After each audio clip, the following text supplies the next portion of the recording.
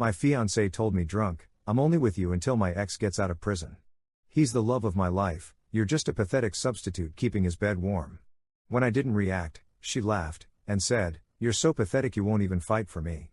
I didn't say a word. That was 5 weeks ago. Last night, she was crying at my door at 3 a.m., all bruised up, begging me to take her back. I'm staring at the bruises on her face through my doorbell camera at 3:17 a.m., watching the woman who destroyed my life 5 weeks ago now sobbing on my doorstep. Her mascara is running in black streams down her cheeks, and there's a cut on her lip that looks fresh. She's wearing the same dress she wore to our engagement party 8 months ago, the one where she told everyone how lucky she was to have found her person. "Please, Marcus," she's whispering to the camera, her voice cracking. "I know I messed up. I know what I said was horrible, but I need you. I'm so sorry. He hurt me, Marcus. Please just let me explain. But I'm not opening that door. Not tonight. Not ever." Because 5 weeks ago, Sarah Chen, the woman I'd planned to marry in 3 months, the woman I'd bought a house with, the woman who wore my grandmother's engagement ring, told me the truth about our entire 2-year relationship while she was drunk off her mind at my best friend's birthday party. But let me start from the beginning. 2 years and 4 months ago, I met Sarah at a coffee shop near the university where I worked as an IT administrator. I just finished a brutal day dealing with a server crash, and I was grabbing my usual, large black coffee, extra shot, when this stunning woman in front of me started laughing at something on her phone. "Sorry," she said, turning around with this infectious smile. "My friend just sent me the most ridiculous meme about computer programmers, and I couldn't help myself." She showed me her phone. It was one of those "it's not a bug, it's a feature" memes, and I actually laughed, which was rare for me back then. I'd been pretty isolated since my divorce 2 years earlier. "You work in tech?" I asked. "Medical billing software," she said, rolling her eyes. "Not exactly glamorous, but it pays the bills. I'm Sarah, by the way. Marcus. And trust me, I understand unglamorous tech work." We ended up talking for 2 hours. She was funny, smart, and had this way of making even mundane stories entertaining. She told me about her chaotic family, 5 siblings, all scattered across different states, and how she'd moved to Portland to figure herself out after a bad breakup. "What happened with the ex?" I asked, which looking back, was probably too personal for a first conversation. Her face darkened for just a second. "He made some really bad choices. Let's just say he's not available to date right now." I assumed she meant he was married or something. I was 32, she was 28, and we'd both been around enough to have relationship baggage. It didn't seem like a red flag. Our first official date was at this little Italian place called Nonna's on Division Street. Sarah ordered the gnocchi and spent 10 minutes telling me this elaborate story about how her grandmother used to make them from scratch every Sunday, complete with voices for different family members. I was completely charmed. "You're really easy to talk to," she said over dessert. We'd split the tiramisu. "I haven't felt this comfortable with someone in, well, a really long time." "Same here," I admitted. I was starting to think I was broken after my divorce. "What happened there?" "We grew apart. Wanted different things. She wanted to travel the world, and I wanted stability. No drama, really. Just incompatible life goals." Sarah reached across the table and squeezed my hand. "Well, I love stability. Drama is exhausting. If only I'd known." The next 6 months were honestly the happiest I'd been in years. Sarah had this way of making ordinary moments feel special. She'd leave little notes in my lunch, silly drawings or inside jokes about whatever show we'd watched the night before. She introduced me to this podcast called True Crime Garage and got me completely hooked. We'd spend Sunday mornings in bed listening to episodes and debating whether the hosts got the details right. She was affectionate without being clingy, independent without being distant. She had her own apartment in the Alberta district, but she started staying over more and more often. She kept a toothbrush at my place, then some clothes, then half her skincare routine took over my bathroom counter. "I think you're stuck with me now," she said one morning, watching me navigate around her face wash and serums. "I've basically moved in without asking." "I don't mind," I said, and I meant it. For the first time since my divorce, I could picture a future with someone. The only weird thing, and it seemed minor at the time, was how she never talked about her past relationships in detail. She'd mention her ex occasionally, usually when explaining why she didn't like certain movies or restaurants. "Oh, we used to go there all the time," but she'd always change the subject quickly. "Are you in contact with any of your exes?" I asked her once, about 8 months in. "No, she said immediately. That guy was toxic. I learned my lesson about staying connected to people who are bad for you. She seemed genuinely disgusted by the idea, so I dropped it. Around our 1-year anniversary, we started talking about moving in together officially. Sarah's lease was up in 3 months, and my rental house had plenty of space. We spent a weekend looking at apartments just to see what was available, but we both kept coming back to the idea of her moving into my place. Are you sure? She asked. It's a big step. I'm sure, I said. I love having you around. The house feels empty when you're not there. That wasn't just romantic talk, it was true. Sarah had this energy that filled up spaces. She'd rearrange furniture to make rooms flow better, she'd put on music while doing dishes, she'd actually use the front porch I'd been ignoring for 3 years. She made my house feel like a home. Moving in together was seamless. We had the occasional disagreement, she liked the thermostat higher than I did, and she had way more kitchen gadgets than any human needed, but nothing serious. She paid her share of everything without me having to ask, she respected my need for quiet time to decompress after work, and she never made me feel bad about my boring routines. You're like a golden retriever, she told me one evening, watching me organize my tools in the garage for the 3rd time that month. Just happy to have your space organized and your people nearby. Is that a compliment? It's the highest compliment. Golden retrievers are the best dogs. We got engaged on a Tuesday. Not because it was a special date, but because we'd been talking about marriage for months, and I'd finally found the perfect ring, a vintage emerald cut that had belonged to my grandmother. I proposed in our kitchen while Sarah was making coffee, because that's where we'd had our best conversations and it felt right. Are you serious right now? She asked, staring at the ring box. Dead serious. Marry me, Sarah. She said yes while crying and laughing at the same time, and we called both our families that night. Her mom cried, my dad made jokes about me finally settling down again, and her youngest sister immediately started planning the bachelorette party. For 6 months, everything was perfect. We set a date, October 15th, a small ceremony at the Botanical Gardens. Sarah threw herself into wedding planning with the same enthusiasm she brought to everything else. She made spreadsheets for vendors, she researched photographers for weeks, she even learned to make our own invitations because it's more personal that way. I want everything to be perfect, she told me one night, surrounded by invitation samples and color swatches. This is the only wedding I'm ever having. I believed her completely. The first sign something was wrong came in early September, about 6 weeks before our wedding. Sarah got a call while we were watching a movie, and she stepped outside to take it. She was out there for nearly an hour. Everything okay? I asked when she came back in.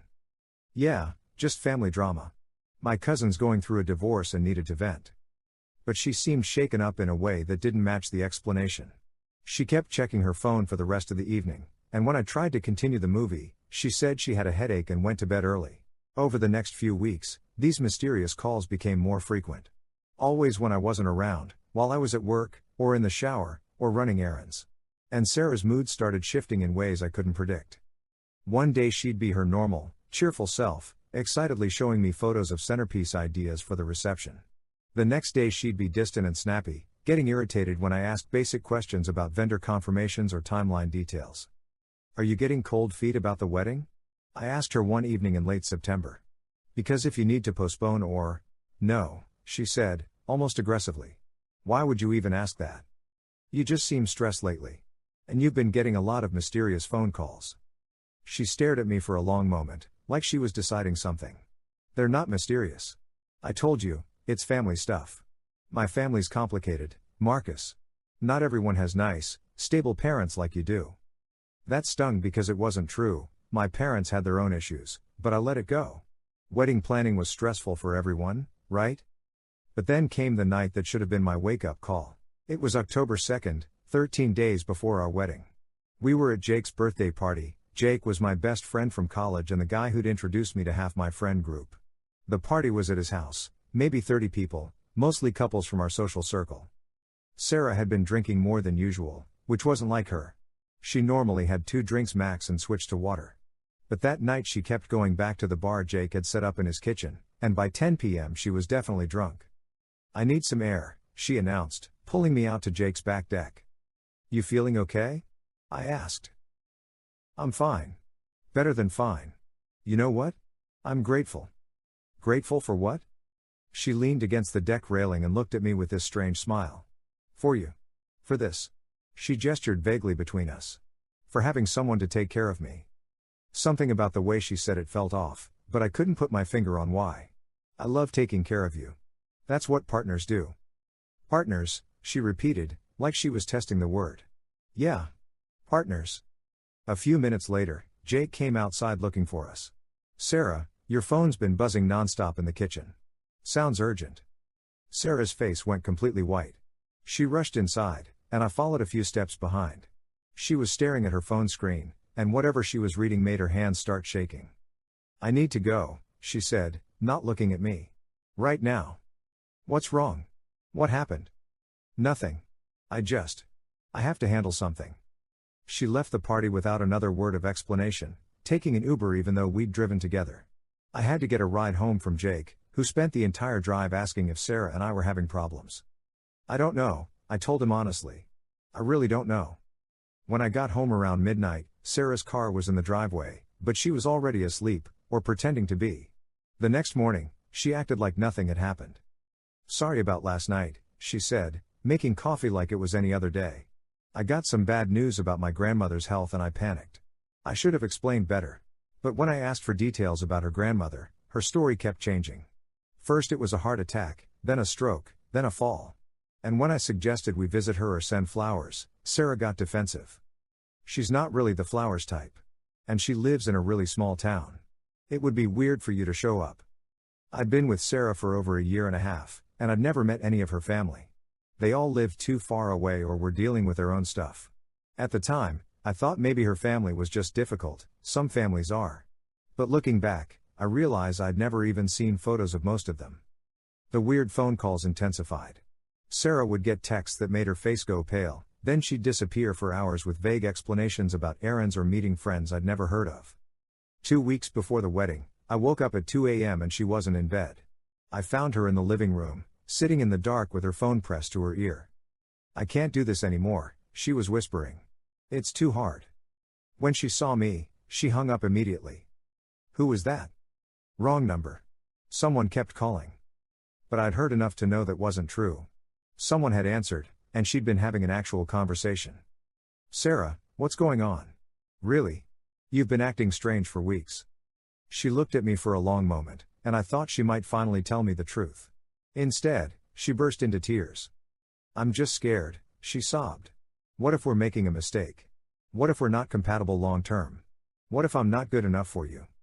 I held her while she cried, telling her all the reassuring things you tell someone having pre-wedding anxiety. But even as I comforted her, I couldn't shake the feeling that her tears weren't really about cold feet. Jake's birthday party was October 20th, 5 days after our wedding date. We'd had to postpone the ceremony because Sarah's grandmother had taken a turn for the worse, and Sarah said she couldn't get married while dealing with a family crisis. I was disappointed but understanding. These things happen, and we could always reschedule for the spring. The party was supposed to be a casual get-together to celebrate Jake turning 35, but it turned into something of a commiseration party for me.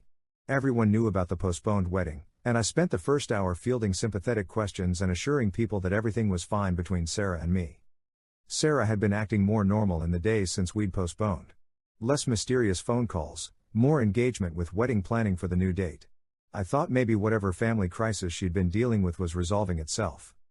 But that night, she started drinking early and didn't stop. By 9 p.m., she was loud and giggly in a way that made me uncomfortable. By 10 p.m., she was having slurred conversations with people about topics that made no sense. By 11 p.m., I was ready to take her home. Sarah, maybe we should call it a night, I suggested, finding her in Jake's kitchen mixing what looked like her 7th or 8th drink. Don't be such a dad, she snapped. I'm having fun for the first time in weeks. I'm not trying to control you. I just think. You always think, Marcus. That's your problem. You think everything to death instead of just living. That hurt, because she'd never criticized me like that before. Sarah drunk was usually Sarah but more affectionate and silly, not Sarah but mean. I backed off and spent the next hour talking to other people, keeping an eye on her from across the room. She seemed to be arguing with someone on the phone again, standing in Jake's hallway with her finger pressed to her ear to block out the party noise. At 11:47 p.m., I remember the exact time because I checked my phone when it happened. Sarah found me on Jake's couch and sat down next to me with the kind of deliberate movement drunk people use when they're trying to appear sober. Marcus, she said, and something about her tone made my stomach drop. I need to tell you something. Okay. She looked me directly in the eyes, and what she said next will be burned into my memory forever. I'm only with you until my ex gets out of prison. He's the love of my life, you're just a pathetic substitute keeping his bed warm. I felt like I'd been punched in the chest. The noise of the party seemed to fade into background static, and I just stared at her, trying to process what she'd just said. What did you just say? You heard me. She was still looking right at me, and there was something almost curious in her expression, like she was conducting an experiment. Javier gets out in 3 months, and then I'm done playing house with you. I couldn't speak. I couldn't move. I felt like my entire understanding of reality had just shifted underneath me. Say something, she said after a few seconds of silence. But I couldn't. What do you say to something like that? How do you respond when the person you're supposed to marry in the spring tells you that your entire relationship has been a lie? When I didn't respond, Sarah laughed. Actually laughed. You're so pathetic you won't even fight for me, she said, shaking her head. I literally just told you I'm using you, and you're just sitting there like a kicked puppy. Javier would have thrown someone through a wall by now. That's when something clicked into place for me. Not anger, not yet. But a kind of cold clarity that cut through the shock. I stood up without saying a word and walked to the bathroom. I locked the door, pulled out my phone, and did something I'd never done before. I started recording a voice memo to myself. October 20th, 11:52 p.m., I whispered into my phone. Sarah just told me, and I quote, I'm only with you until my ex gets out of prison. He's the love of my life, you're just a pathetic substitute keeping his bed warm. When I didn't react, she said, you are so pathetic you won't even fight for me. She mentioned someone named Javier getting out in 3 months. I don't know why I did that. Maybe some part of my brain was already planning for what came next. When I came out of the bathroom, Sarah was exactly where I'd left her, now talking to Jake's girlfriend Emma like nothing had happened. Ready to go home? I asked, my voice surprisingly steady. Sure, Sarah said, like we'd just had a normal conversation about the weather. We drove home in complete silence. Sarah passed out in the passenger seat before we were even out of Jake's neighborhood. I kept glancing over at her, this person I'd thought I knew completely, wondering how long she'd been acting. When we got home, I helped her to bed. She mumbled something that sounded like love you as I pulled the covers over her, and I almost laughed at the absurdity of it. I spent that night in the guest room, staring at the ceiling and replaying every moment of our relationship, looking for signs I'd missed. The mysterious phone calls. The vague family stories. The way she'd never introduced me to anyone from her past. The postponed wedding. By morning, I'd made a decision. Sarah woke up the next day with no memory of what she'd said. She was hungover and apologetic, making me breakfast and asking if she'd embarrassed herself at the party. You had a lot to drink, I said carefully. Do you remember our conversation on the couch? She squinted at me, clearly trying to recall. We talked on the couch? About what? About your ex. My ex? She looked genuinely confused. Why would I bring him up? Either she was the world's best actress, or alcohol had completely wiped that memory from her brain. I decided to test it. You mentioned someone named Javier. I watched her face carefully. For just a split second, maybe half a second, her expression changed. Not confusion, but something closer to panic. Then it was gone. I don't know any Javier, she said, but she turned away from me to focus on flipping pancakes. You must have misheard me. That's when I knew she was lying. And that's when I decided to find out the truth. I started small. I knew Sarah's last relationship had ended badly, and she'd mentioned her ex making bad choices. If someone was in prison, there would be records. I began with Oregon's inmate search database. Sarah had lived in Portland for 3 years, so if she'd been involved with someone local, they might be in the state system. I searched Javier with different last names, common ones like Rodriguez, Martinez, Garcia. Nothing matched Sarah's timeline. Then I remembered she'd moved to Portland from somewhere else. She'd been vague about where exactly, usually just saying down south when anyone asked. I tried California's inmate database. Again, nothing obvious. But then I remembered something she'd said months earlier about missing real Mexican food. She'd mentioned a specific restaurant called El Corazon that had the best carnitas she'd ever had. I Googled it. El Corazon had 3 locations, Los Angeles, Phoenix, and Las Vegas. I tried Nevada's inmate search. Javier Ruiz.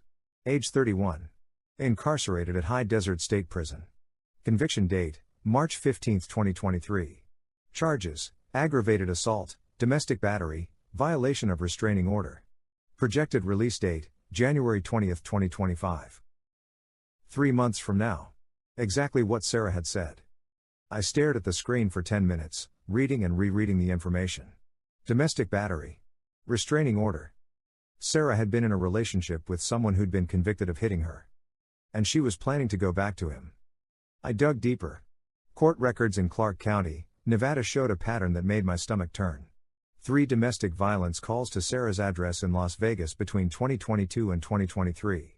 A restraining order filed in January 2023 after Javier had apparently broken into her apartment and threatened to kill her if she ever left him. The final incident in March 2023 where neighbors called police after hearing screaming and sounds of a physical altercation. According to the police report, officers found Sarah with a black eye and bruised ribs. Javier was arrested at the scene. But here's what really got me, the victim impact statement Sarah had filed with the court. Javier Ruiz manipulated and controlled me for 2 years, she'd written. He isolated me from my friends and family, monitored my communications, and became increasingly violent when I tried to assert any independence. The night of his arrest, he told me he would hunt me down if I ever tried to leave Nevada or start a relationship with someone else. I am filing this statement to ensure the court understands the ongoing danger he represents to my safety. She'd moved to Portland 6 weeks after he was sentenced. I printed everything. Police reports, court filings, the restraining order, even news articles about the case. Apparently Javier had a history of domestic violence with previous girlfriends too. Then I did something that felt awful but necessary. I started monitoring Sarah's communications. I didn't hack her phone or anything dramatic. But I started paying attention to when she got texts, when she stepped outside for calls, when she was on her laptop late at night. And I bought a small recording device, the kind people use for lectures, and started keeping it in my pocket when we had conversations. I felt like a horrible person doing it, but I needed to understand what was really happening. It didn't take long to confirm my worst fears. On November 3rd, I came home early from work with a migraine and heard Sarah on the phone in our bedroom. The door was closed, but I could hear her voice through it. I know, baby. I miss you too. It's only a few more months.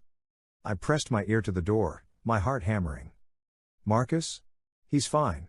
He doesn't suspect anything. He's too trusting for his own good. There was a pause while whoever she was talking to responded. Of course I don't love him, Sarah said, and her voice was colder than I'd ever heard it. He's nice and stable and he pays half my bills. That's it. You know you're the only one I've ever really loved. Another pause. I bought a burner phone like you said. This is the last time I'm calling from my regular number. From now on, we only talk on the burner, and I keep it hidden.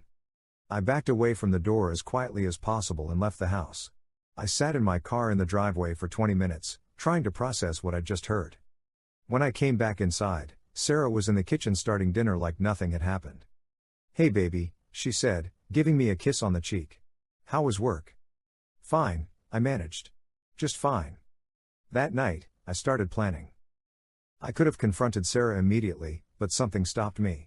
Maybe it was the lawyer's instinct I'd developed during my divorce, or maybe it was just self-preservation, but I realized I needed more than just overheard phone conversations. Sarah was planning to leave me for someone who'd been convicted of domestic violence. Someone who'd threatened to hunt her down. Someone who, according to the court records, had put her in the hospital. And she was doing it with my money, in my house, while wearing my grandmother's ring. I started documenting everything.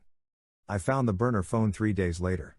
Sarah thought she was being clever, hiding it in a shoebox in our guest room closet, but I'd been systematically searching the house while she was at work. It was a basic flip phone, and she'd been texting someone saved as Jay almost daily. I photographed the entire message thread. Jay, 84 days baby. Can't wait to hold you again. Sarah, I dream about it every night. This fake life is killing me. Jay, just remember what we talked about. Don't let him get suspicious. Sarah, he's too stupid to get suspicious. Still hasn't figured out why I postponed the wedding. Jay, good. Keep playing the part. We're going to need his money for my lawyer fees when I get out. Sarah, how much do you think we can get? Jay, he owns that house, right? And he's got savings? Sarah, about $80,000 in savings, plus the house is worth maybe $400,000. Jay, perfect. Soon as I'm out, we'll figure out how to get our share. I photographed every message, every date stamp, every character. There were hundreds of them, going back months. But the messages that really made me sick were the personal ones. Sarah, I hate pretending to care about his boring job stories. Jay, soon you won't have to pretend anything. Sarah, he thinks we're going to have kids together. Can you imagine? Jay, you'd never have kids with a weak man like that. Sarah, never. Our kids are going to be warriors, not whatever he would make. The worst part was reading how they talked about our intimate moments, Sarah describing our private conversations and even our physical relationship in crude detail, laughing about my pathetic romantic gestures and how desperate I was for her approval. I made copies of everything and stored them in 3 different places: my office computer, a cloud drive Sarah didn't know about, and a physical folder I kept locked in my desk at work. Then I hired a private investigator. I know that sounds dramatic, but I needed to understand exactly what I was dealing with. A PI named Rebecca Torres came highly recommended from a lawyer friend, and she specialized in domestic and financial fraud cases. What exactly are you hoping to prove? Rebecca asked during our first meeting. I showed her everything: the court records, the text messages, the timeline of Sarah's behavior changes. I need to know if this is just emotional infidelity, or if there's something criminal happening here, I said. And I need to protect myself legally and financially. Rebecca reviewed everything and whistled low. Your fiancé is running a long con, Marcus. This isn't just about her having feelings for someone else. Look at these messages about your assets, about getting their share. This is fraud. What kind of fraud? She's entered into an engagement with you under false pretenses, with the explicit intention of financial gain. Depending on what she actually does with your money or property, we could be looking at theft, identity fraud, maybe even racketeering if this is part of a pattern. That was a sobering thought. What do you recommend? Keep documenting everything. Don't confront her yet, let her keep digging her own hole. And start protecting your assets immediately. If she has access to any of your accounts, change that access. If you have joint accounts, we need to document the balances and her activity. I followed Rebecca's advice. I started checking our joint checking account daily, and sure enough, Sarah had been making small withdrawals, $200 here, $150 there, that she'd never mentioned. When I asked about them, she had explanations that sounded reasonable: work lunch with a client, gift for her sister's birthday, car repair. But Rebecca had warned me that small, consistent withdrawals were a common pattern in financial fraud cases. They're conditioning you to not question money disappearing, she explained. By the time they make the big withdrawal, you're used to not tracking every penny. I also discovered that Sarah had been researching divorce law in Oregon. Her browser history, which she thought she'd deleted, included searches for how is property divided in Oregon divorce. Can you get alimony from broken engagement, and what happens to engagement ring if wedding cancelled? She was planning our breakup before we'd even had it. But the discovery that really shook me came when Rebecca ran a full background check on Sarah. It turned out Sarah Chen wasn't even her real name. Her legal name was Sarah Elizabeth Kowalski. She'd been born in Michigan, not California like she'd told me. And this wasn't her first time doing this. Between 2019 and 2022, she'd been engaged twice. Once to a man named David Park in Seattle, once to someone named Richard Chen in Las Vegas, which explained where she'd gotten the name Chen from. Both engagements had ended abruptly, right around the time she'd started having family emergencies. Both men had filed police reports claiming she'd stolen money from them before disappearing. David Park had lost $12,000 from their joint account. Richard Chen had lost $8,000 plus a car she'd convinced him to put in both their names. Your fiancé is a professional, Rebecca told me during our second meeting. This is what she does. She finds stable, financially secure men, builds relationships with them, gains access to their resources, then disappears when her imprisoned boyfriend is ready to get out. How many times has she done this? Based on what I can find? At least 3 times, including you. There might be more. That night, I sat in my office at home, staring at photos from our engagement party. Sarah looked so happy in them, so genuinely excited. Her acting skills were incredible. But I still wasn't ready to confront her. Rebecca had advised me to wait until we had everything documented, and I wanted to understand the full scope of what Sarah was planning. The answer came sooner than I expected. On December 15th, I came home from work to find Sarah packing a suitcase. Taking a trip? I asked, trying to keep my voice casual. My grandmother passed away, she said without looking up from folding clothes. I need to go home for the funeral. Another family emergency. Another grandmother story. I'd lost count of how many health crises Sarah's various relatives had experienced over the past few months. I'm so sorry, I said, Because that's what you say when someone's grandmother dies, even when you know they're lying. When's the funeral? Tomorrow. In Sacramento. I'll probably be gone for a week, maybe 2. Family's a mess right now. Sacramento. That was new. Usually her family emergencies were in vague locations she never named specifically. Do you want me to come with you? For support? No, she said quickly. It's going to be really emotional and chaotic. Plus you'd have to take time off work. She left that evening, giving me a long hug and telling me she loved me. I'll call you when I land, she promised. She didn't call when she landed. She didn't call the next day either. On December 17th, I got a text, funeral was delayed. Family drama. We'll be here longer than expected. That's when I called Rebecca. She's not in Sacramento, Rebecca told me after making some calls. I have a contact who tracked her phone. She's in Las Vegas. Vegas? Why would she? Then it hit me. Javier's getting out early. Looks like it. His release date got moved up. He was released yesterday morning. My blood went cold. So Sarah lied about her grandmother dying so she could go be with him the day he got out of prison. That's exactly what happened. And Marcus? You need to protect yourself right now. Check your accounts, change your passwords, and make sure she doesn't have access to anything important. I hung up and immediately logged into our joint checking account. $43,000 was missing. Sarah had made a massive withdrawal the morning she left for her grandmother's funeral. She'd cleaned out almost everything we'd saved for the wedding, the honeymoon, and the down payment on a bigger house. I called the bank immediately, but they told me what I already knew. It was a joint account, and she had every right to withdraw the money. But it's theft, I said to the customer service representative. Sir, legally speaking, any account holder can withdraw any amount from a joint account. If you believe fraud has occurred, you'll need to file a police report. So I did. I drove straight to the Portland Police Bureau and filed a report for theft and fraud. I brought Rebecca with me, along with binders of evidence, the text messages, the court records from Nevada, the background check showing Sarah's real name and pattern of behavior. Officer Jennifer Walsh took my statement and reviewed everything I'd brought. This is definitely fraud, she agreed.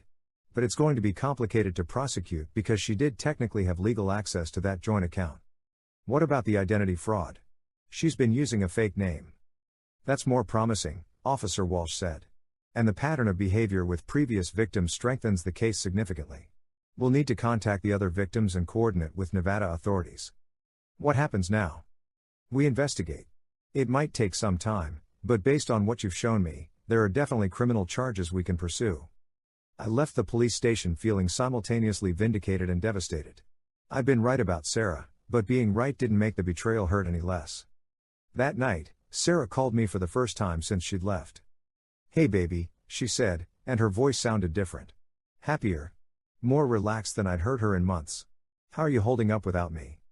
I'm managing, I said carefully. How's the family stuff going? Oh, you know. Lots of crying, lots of drama.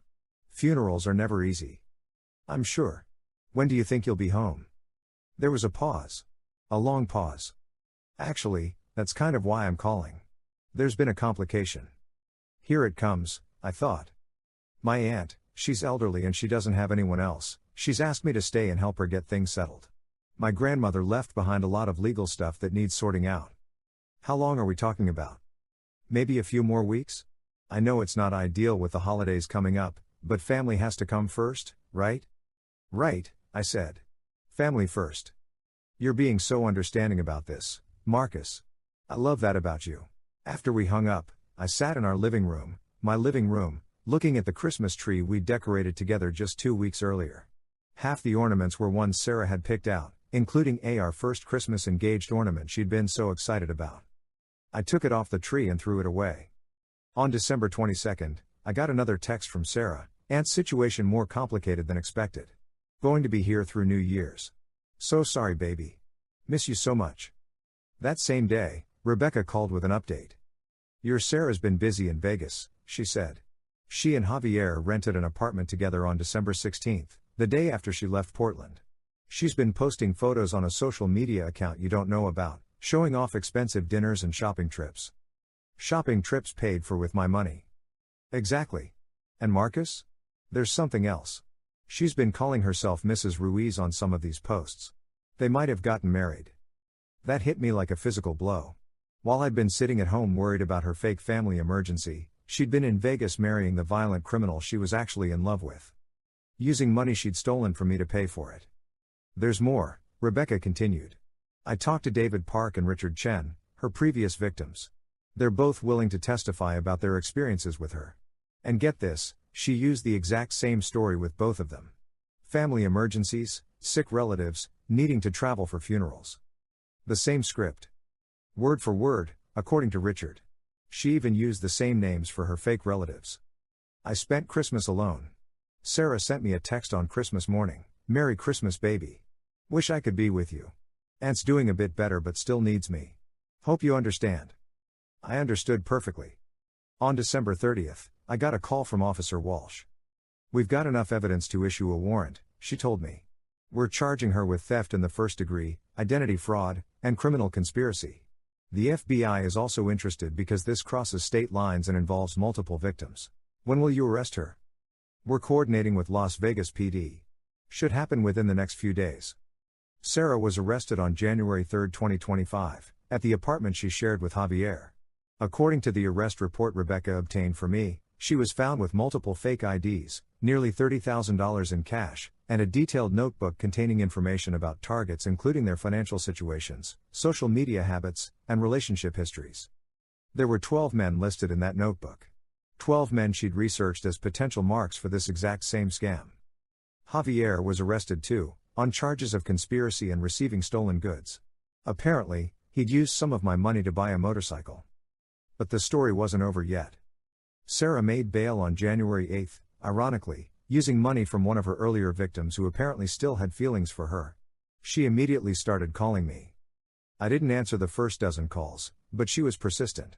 She left voicemails that started out contrite and got progressively more desperate. Marcus, please call me back. I can explain everything. It's not what it looks like.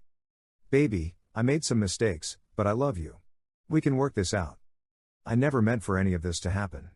Javier manipulated me into it. I was scared of him. And finally, if you don't drop the charges, I'm going to tell everyone you abused me.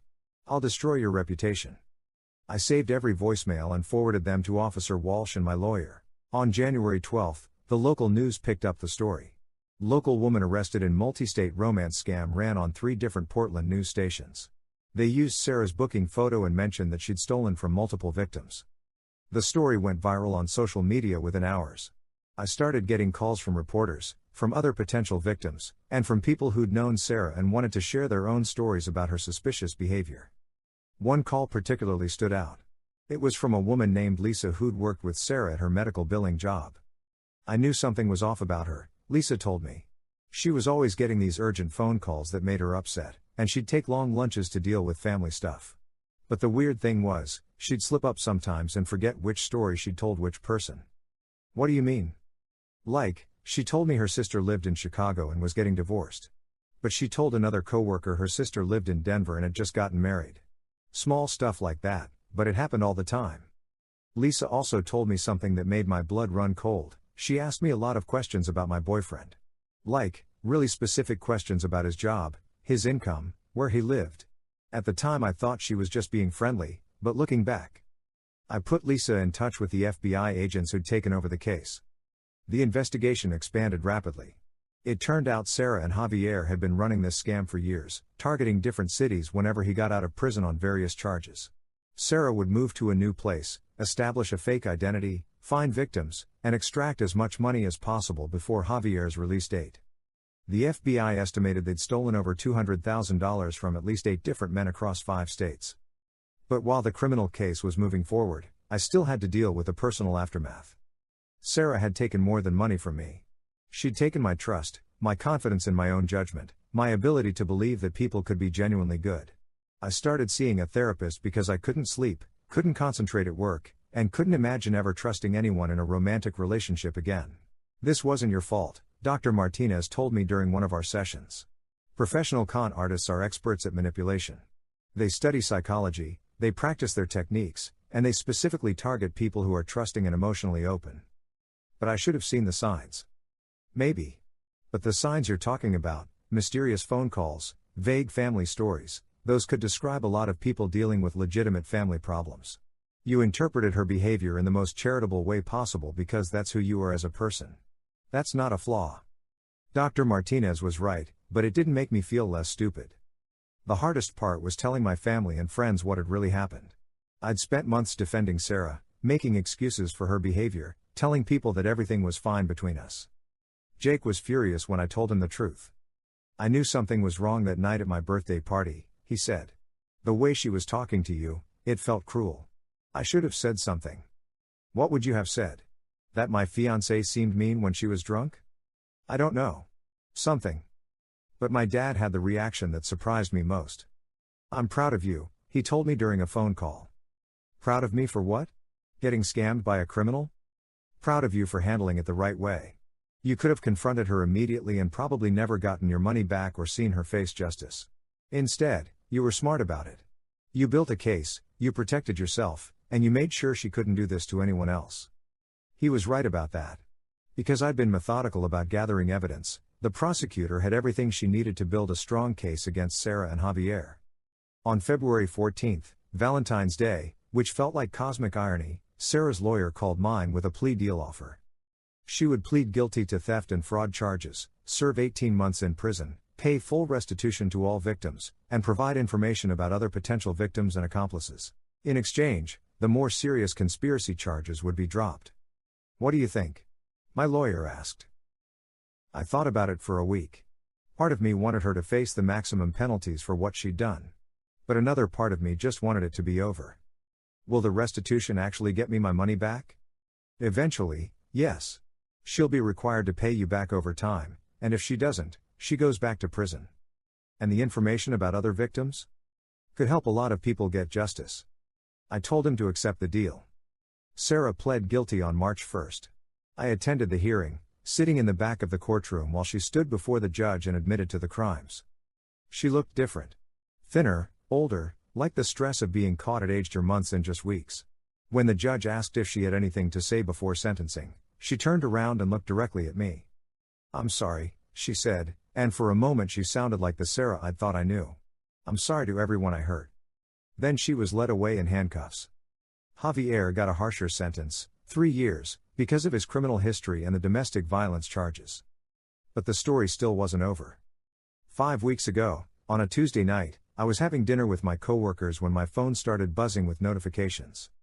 Text messages from numbers I didn't recognize. Dude, isn't this your ex-fiancée? Marcus, you need to see this. Call me ASAP. The messages all included links to local news articles with headlines like romance scam victim hospitalized after domestic violence incident and convicted fraudster attacked by ex-boyfriend. Sarah had been released from prison 3 days earlier after serving 13 months. She'd gotten time off for good behavior and for providing information that led to other arrests. According to the news reports, she'd gone directly to Javier's halfway house when she got out. He'd been released 2 weeks earlier on parole. The reunion didn't go as planned. Javier had apparently been angry about Sarah's plea deal, claiming she'd betrayed him by cooperating with prosecutors. When she showed up at his halfway house, they'd gotten into an argument that escalated into violence. A neighbor called police after hearing screaming and sounds of someone being thrown against walls. They found Sarah unconscious in the parking lot with a concussion, broken ribs, and extensive bruising. Javier was arrested for parole violation and assault. He was back in prison within hours of attacking her. Sarah spent 4 days in the hospital and was released with nowhere to go. The halfway house wouldn't take her because of the incident. Her family had apparently cut her off completely, and she had no money. She'd been making restitution payments from her prison job, so any savings she might have had were gone. I felt nothing. No satisfaction that she'd been hurt, no pity for her situation. Just a kind of detached interest in how the story was ending. I didn't expect her to show up at my door. But last night, at 3:17 a.m., my doorbell camera started recording the woman who'd destroyed my life, now broken and desperate and asking for help. Marcus, please, she was saying to the camera. I know what I did was unforgivable, but I have nowhere else to go. I'm not the same person I was. Prison changed me. I see how wrong I was, how much I hurt you. She was crying, but I'd seen Sarah cry before when she wanted something. I'll do anything to make it right. I'll pay you back every penny, I'll work for you, I'll be your servant if that's what it takes. Just please don't leave me out here. Javier said he's going to find me when he gets out again. I'm scared, Marcus. I'm so scared. I watched her through the camera for almost an hour. She sat on my front steps, sometimes crying, sometimes just staring at the door like she could will me to open it. At 4:23 a.m., a police car pulled up. Someone, probably a neighbor, had called about a suspicious person on my property. I watched through the camera as the officers approached Sarah and asked for ID. I watched her explain who she was and why she was there. I watched one of the officers walk up to my door. I didn't answer. After a few minutes, they helped Sarah to her feet and drove her to a women's shelter downtown. She hasn't been back since, but she's been calling. 6 calls yesterday, 4 more this morning. I'm not answering, and I've blocked her number, but she keeps calling from different phones. It's been 5 weeks since Sarah showed up at my door, and I'm finally ready to tell this story because I think I've learned something important about justice, forgiveness, and moving on. Sarah stole $43,000 from me, but I got most of it back through restitution payments and insurance.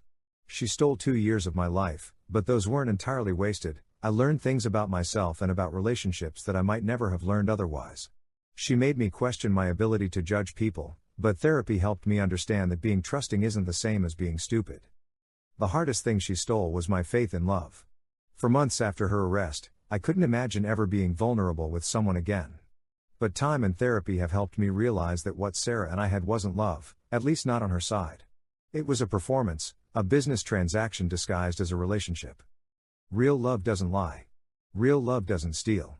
Real love doesn't keep one foot out the door while planning its exit strategy. I'm dating again now. Slowly, carefully, but I'm trying. Her name is Amanda, she's a librarian, and she thinks my story about Sarah is both fascinating and horrible. She's patient with my trust issues and doesn't mind that I ask probably too many questions about her past. She understands that I need transparency in a way that most people don't. Trust is earned, she told me on our 4th date. You're not wrong to want to see evidence before you give it.